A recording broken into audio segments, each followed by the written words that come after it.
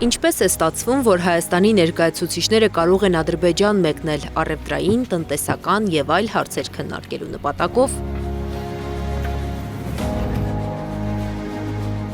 բայց չեն կարողանում կազմակերպել այց ծանոթանալու հայ գերիների կյանքին, առողջությանն ու իրավական կարգավիճակին։ Արդյոք մարդկանց ճակատագիրն առևտրային բանակցություններից առավել կարևոր չէ։ Հարցերի փաթեթ է եկել Բաքվում գերեվարված Ռուբեն Վարդանյանից Հայաստանի վարչապետին։ Ինչու մինչ օրս բանտարկյալներին ամենաանհրաժեշտ իրերը փոխանցելու նորմալ մեխանիզմ կազմակերպված չէ։ Այստեղ պահվողների շարքում կան տարեց, 70 տարեկանից բարձր մարդիկ, առողջական լուրջ խնդիրներ ունեցող մարդիկ։ Եթե ատամ չունեցող մարդուն չորամիրգ են տալիս, դա օգնություն չէ, դա նվաստացում է։ Արդյոք այս ամենը հայտնի է վարչապետին։ Ով է անձամբ պատասխանատու այս գործընթացի կազմակերպման համար։ Ինչպիսին է հաստատված կարգը, ինչու այն չի պահպանվում, չէ կամաչում։ Ռուբեն Վարդանյանը մեկ այլ հարց տվեց Նիկոլ Փաշինյանին։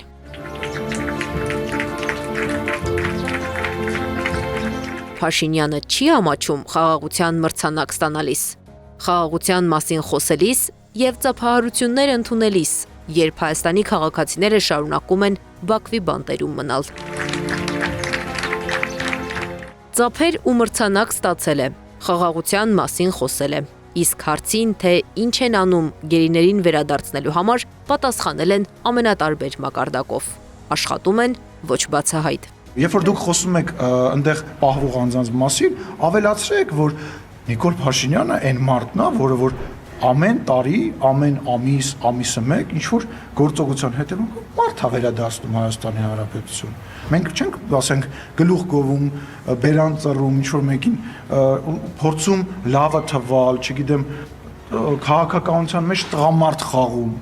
Արցախի ռազմաքաղաքական ղեկավարներին այցելելու ավելի իրատեսական մեխանիզմներ կան։ Ամենահաջողված մեթոդը երրորդ երկրի հյուպատոսի միջոցով այցեր կազմակերպելն է, նշում է Սիրանուշ Սահակյանը։ Նա 1 տարի առաջ արտաքին գործերի նախարարությանը հարցում էր ուղարկել։ Պատասխանել էին, քննարկում են տարբերակը։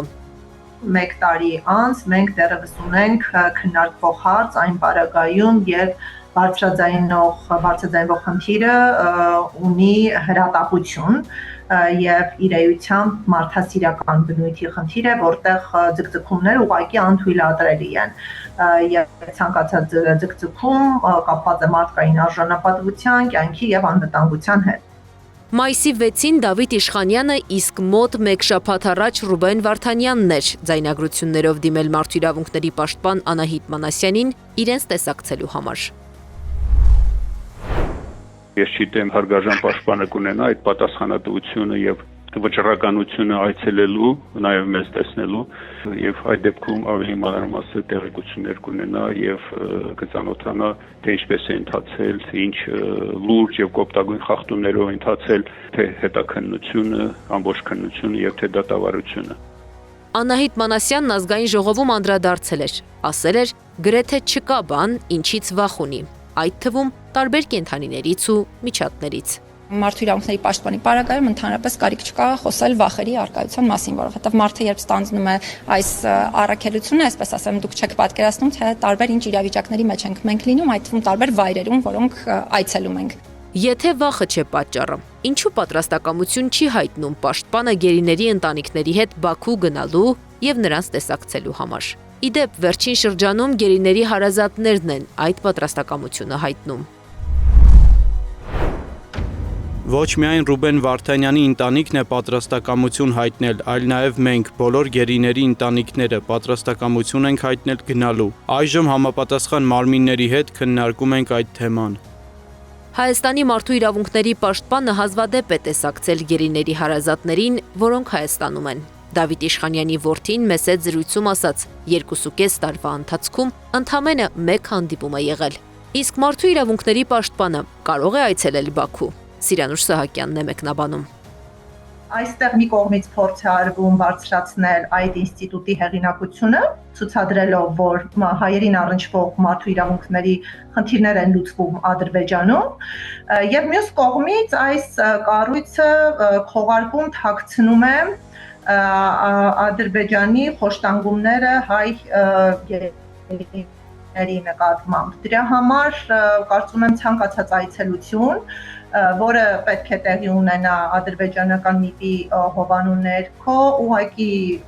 վտանգավոր է եւ կարող է լեգիտիմացնել այն իրավունքների խախտումները, որոնք շարունակաբար տեղի են ունենում Ադրբեջանում։ Հայաստանի Հանրապետության ՄԻՊ-ը Ադրբեջան այցելելու որպես մեխանիզմ, ոչ թե շրջայց լուսանկարումների կամ պրոտոկոլային խնդիրներ լուծելու համար, այլ այց, որի միջոցով հնարավոր է մեծացնել Բաքվում գտնվող մեր հայերի պաշտպանությունը, դա խոշտանգումների կանխարգելման եվրոպական կոմիտեի հովանու ներքո այցելությունն է։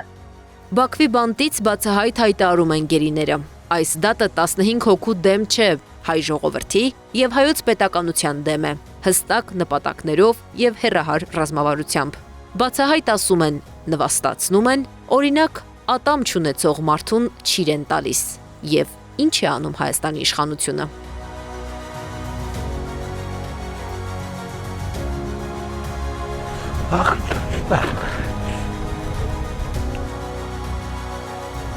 Անի Աբաղյան, Նոնա Գևորգյան, ABC Media։